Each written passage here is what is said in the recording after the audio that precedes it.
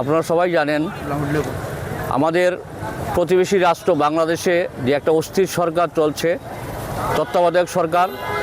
এই সরকারের আমলে ভারত বিরোধী কট্টর মৌলবাদী যে মৌলবাদীদের দ্বারা বিগত 1 বছর যাবৎ বাংলাদেশে হিন্দুদের উপর যেভাবে নির্মমভাবে অত্যাচার চলছে এবং বিগত কিছুদিন পূর্বে এই মৌলবাদী শক্তির দ্বারা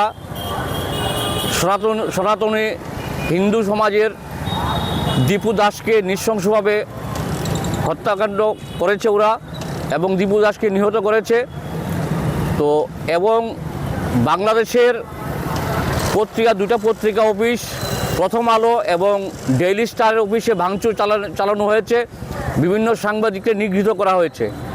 বাংলাদেশের জেলে নির্দোষ অগণিত সাংবাদিককে কারারুদ্ধ করে রেখেছে এবং সাংবাদিকদের উপর, সংবাদ জগতের উপর যে হত্যালীলা এবং আক্রমণ চালিয়েছে তারই প্রতিবাদে আজকে আমরা